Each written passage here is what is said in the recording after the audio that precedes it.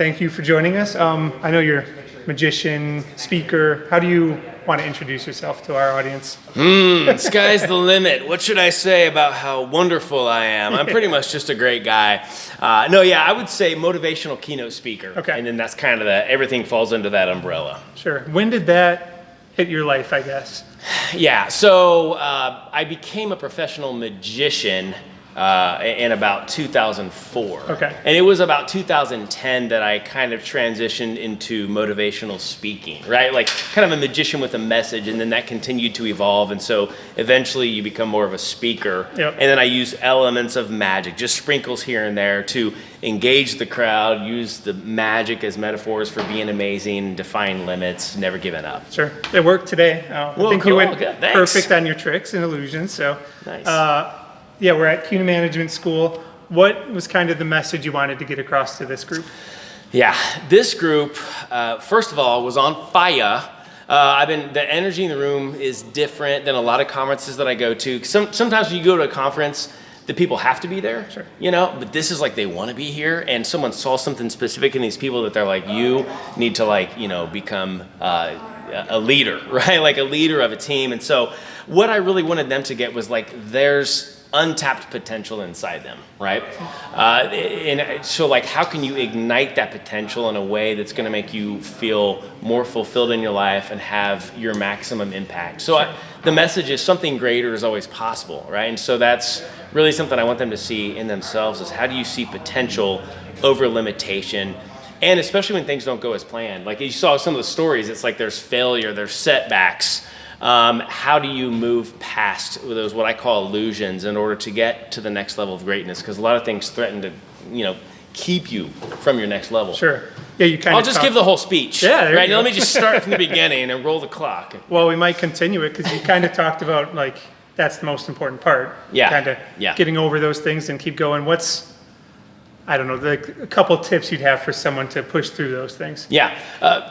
The biggest one would be gratitude. Right? I mean, I like to share tools that are so simple, but that are timeless and that have always worked. And people, I just forget the things that already work. Yeah. Sometimes we just need kind of a new angle, new spin on it. For me, it was AGT. Used to mean America's Got Talent, for me, but then I failed my audition, so I had to change those letters into always give thanks. And so for me, it's just that reminder of, in the midst of pain, in the midst of unexpected circumstances and letdowns, how can you sort of just shift your perspective? And so for me, gratitude, giving thanks, is one of those things that always helps me get over any hurdle in my mind. Mm-hmm.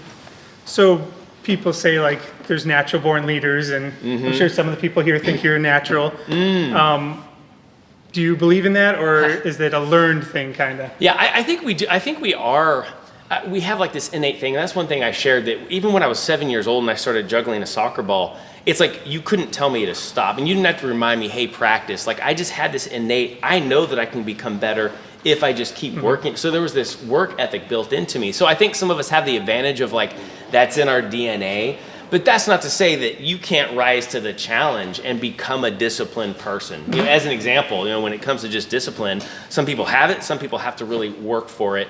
But the message, again, something greater is always possible, no matter where you feel like you are, what your limitations are, or what your bent is toward a certain activity or endeavor. It's like there's always that next level that you can like push yourself to go where you want to go. And I think it really is about what's your purpose, what's your calling, what's your passion.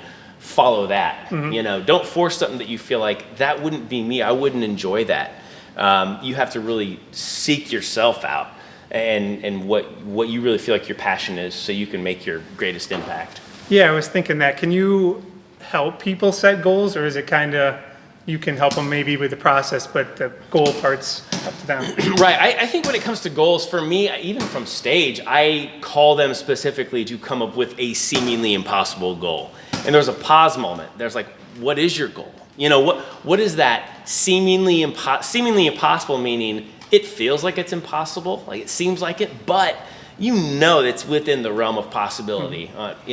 So I guide them to, think of that thing that you want to achieve, narrow it down to one word so that you can remember it, because sometimes we forget our mission, we forget our mission statement or our slogan because it's too wordy. It's like, let's make this simple. So I like to challenge people to really come up with a stretch goal. That what's something you've never like you haven't specifically named yet. Name it, then share it, and keep a picture of that vision in front of you, and you're statistically proven to more likely achieve that goal. So I think people can be guided, and I think with individual conversation, I could help someone, like what's your passion, what's your greatest thing, like how can we set a goal for you that gets you excited? Sure. I think for some people maybe have like the day-to-day, you get tired of the grind, it feels mundane, you need someone outside of yourself to help you look at your situation and your personality to say, work on this, focus on this area, try these things, and you'll start defying limits, you know? And so it's good to get help. Yep.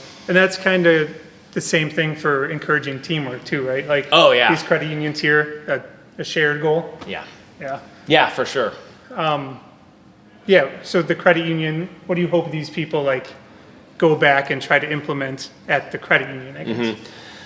As leaders, I want them to think of themselves as leaders, because I think sometimes natural born leaders even have kind of the blinders on to the greatness that they can instill in other people.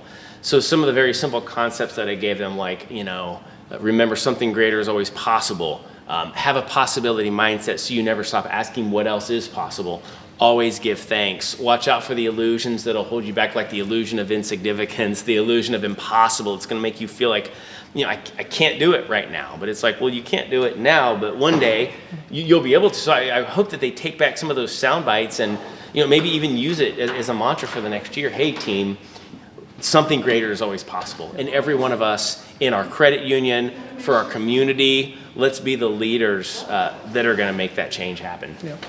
I'm just kind of curious, you had a line of people here just greeting you. Did they have any like specific questions or stories about their credit union experience?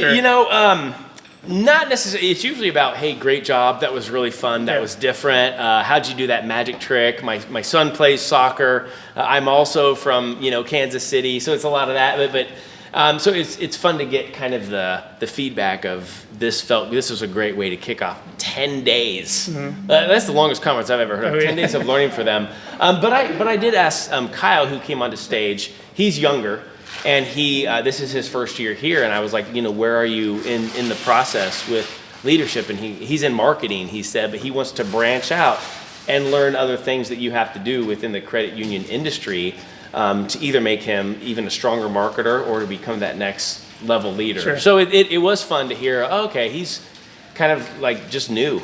What I mean? New to CUNA, new to the school, and it's just exciting to think about, man, what's possible for Kyle? Yeah, he was because he seems like a passionate, bright, you could tell. he's like pumped. His word was impact. He's pumped to be here. He truly is, I feel like a natural born leader just by his presence and his passion. So, Great. Yeah.